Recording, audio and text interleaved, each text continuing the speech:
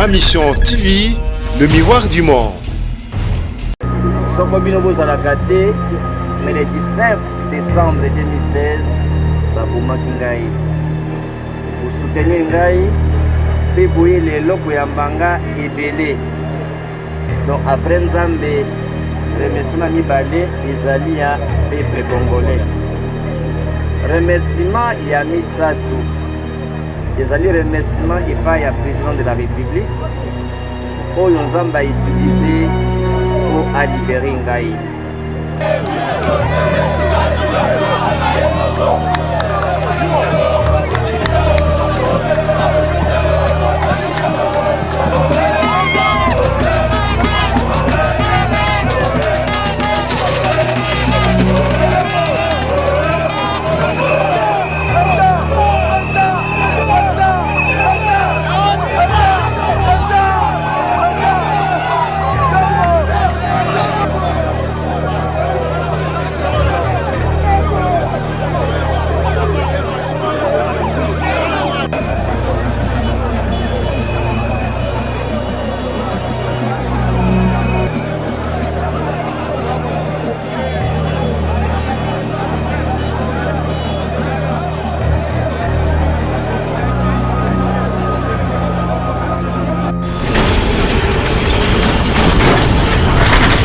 Ma Mission TV, le miroir du monde. En direct de MLP où Franck Diongo va faire sa descente ici na siège naie. Ma Mission TV ekiti pona ezela bino to prometa bino ko zala listo na bino esika information ezali lito ina bino ko yo ka ko traiter comme na bino pona nini te makolo na bino ko kita en temps réel na terrain esika vraiment information ezali pona ko memela bino a bomoni parti naie topé ba militant naie ba tondi ebele ba ekozela ye wana to ko l'accepter ba image ya prison auti ko sala sous descente naie na kati ya ndako ya fait Etienne Tshisekedi o ya tika biso akendeki vraiment ko kitisa motu naie kuna pona ko lakisa combien papa Etienne azali ko manquer et puis combien azotikala na même idéologie naie. Venez déjà avec nous, vous allez constater vraiment une grande ambiance ici pona koyamba o ya zali autorité morale ya MLP et on va revenir tout de suite. Sans sacrifice, pas de changement. sans sacrifice, Pas de changement. sans sacrifice. Pas de changement. Pas de changement. Pas de changement. Soki na lobi, Nakokufa. soki na lobi te, Nakokufa. malamu, Naloba. Nakufa. Kataye, Kalesili. Monsieur le Président, Excellence Président national du mouvement Lumumba progressiste, vous vous apercevez qu'il y a un engouement naturel et spontané. Un engouement naturel et spontané. Nous n'allons pas abuser de votre temps parce que vous avez mis beaucoup de temps et que tout le monde vous a attendu avec intérêt. Nous vous prions de pouvoir prononcer votre premier mot de l'homme en liberté. Merci, Monsieur le Président, vous avez la parole. quel est le président Eloko ya liboso na remercier Nzambe oyo a permettre te libération oyo ekoka kozwama.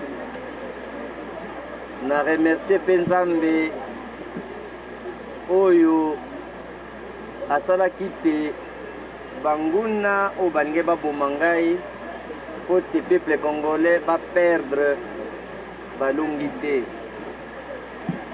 Na yango na remercier lisusu peuple congolais po na soutien na bango, soutien na bino soko bino bozalaka te, mais le 19 décembre 2016 babomaki ngai bo soutenir ngai pe boye le loko yambanga ebele.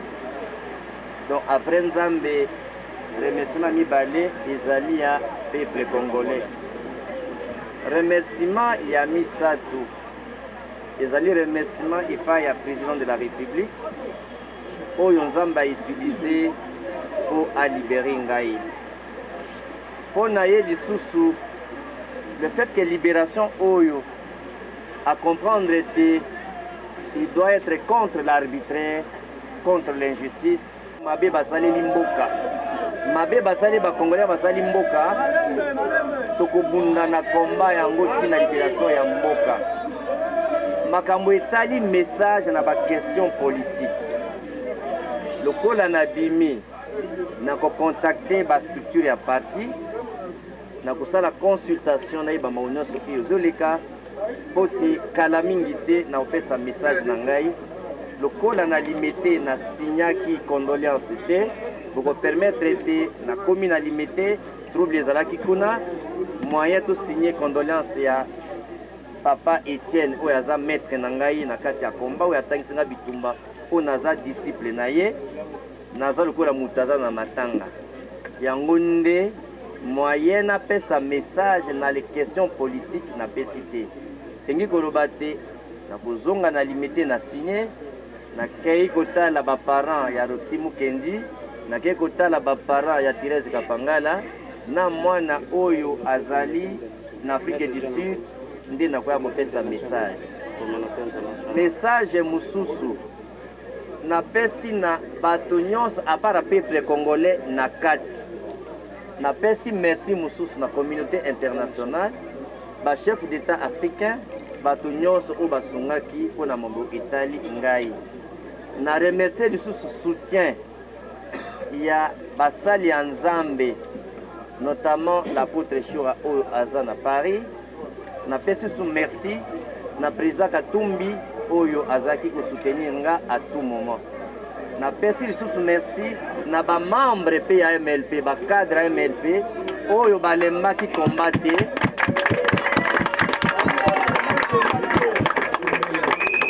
na pesi lisusu merci na bino bapanzi sango oyo nyonso ekomelaki ngai mokili yebaki mpo na nzela na bino normalement na catégorie ya remerciement bozali na Epas Makasi église catholique oyo ngai naza membre na remercier bango na bituma nyonso oyo bazosala mpo na mboka donc na yango mpe appui ya CLC na combat ya libération na remercier bango makasi donc message ya lelo esuki na ba structure ya oyo babundi makasi na bosani ba structure ya droit de l'homme mingi makasi Azado, Fondation Bill Clinton, FDH, Ligue des électeurs, bongo na bongo bango nyonso. O nyonso na bosani, balimbisanga, na pesi merci na bato nyonso oyo ba soutenir bitumba oyo. Bitumba oyo toza nango, il faut boyeba ezali ya libération na mboka. Mutu nyonso akotengama contre l'intérêt du peuple congolais, intérêt ya mboka pe ya démocratie.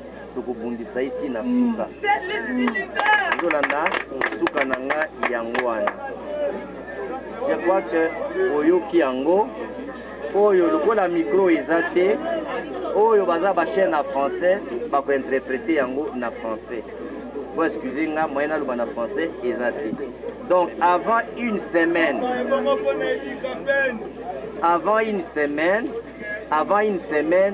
na kosala communication pour la question politique, les journalistes beaucoup pour questions et réponses Nabino pour couper sa message à la nation avant 7 jours.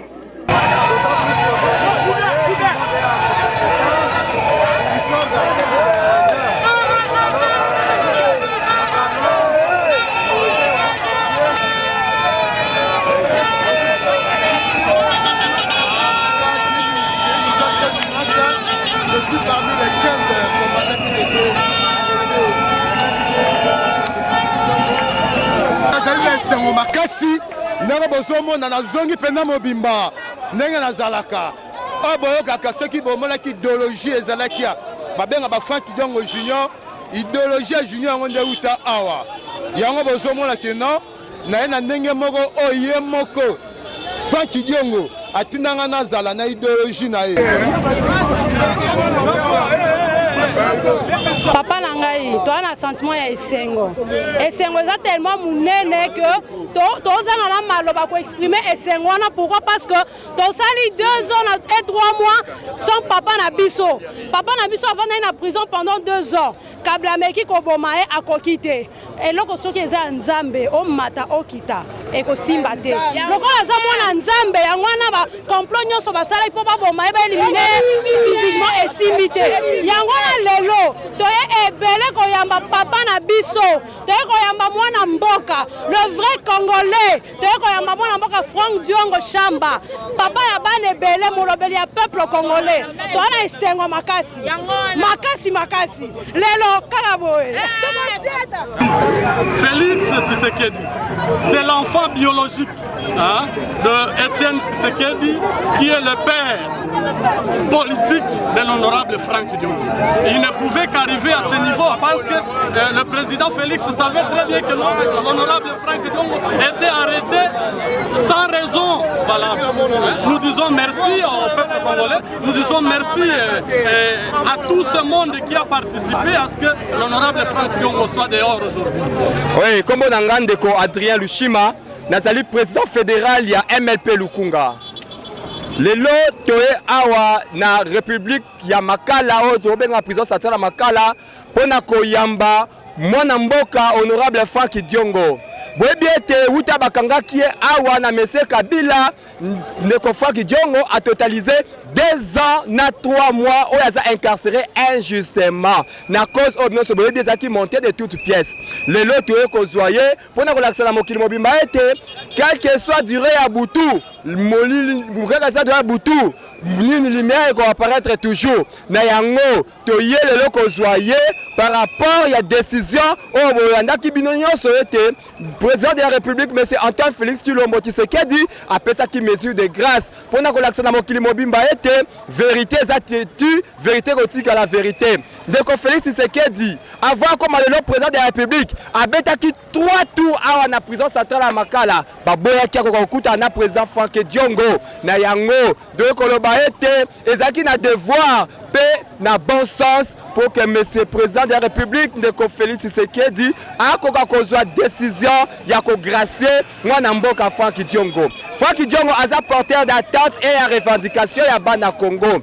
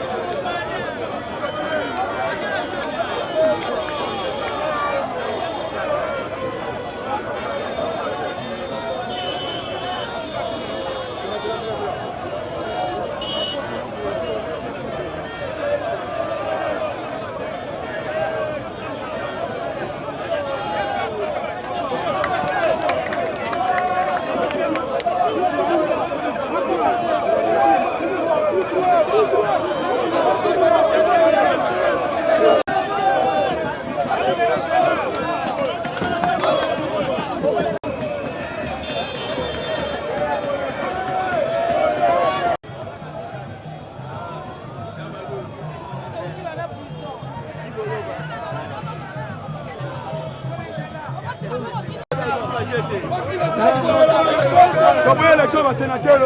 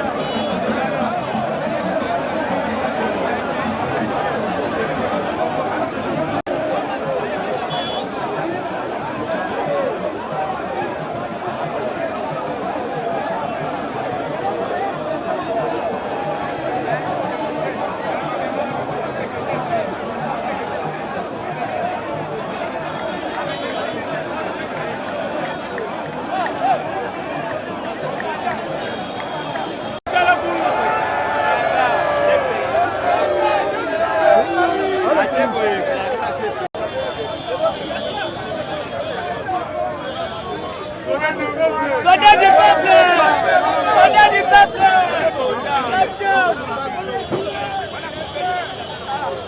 Attention,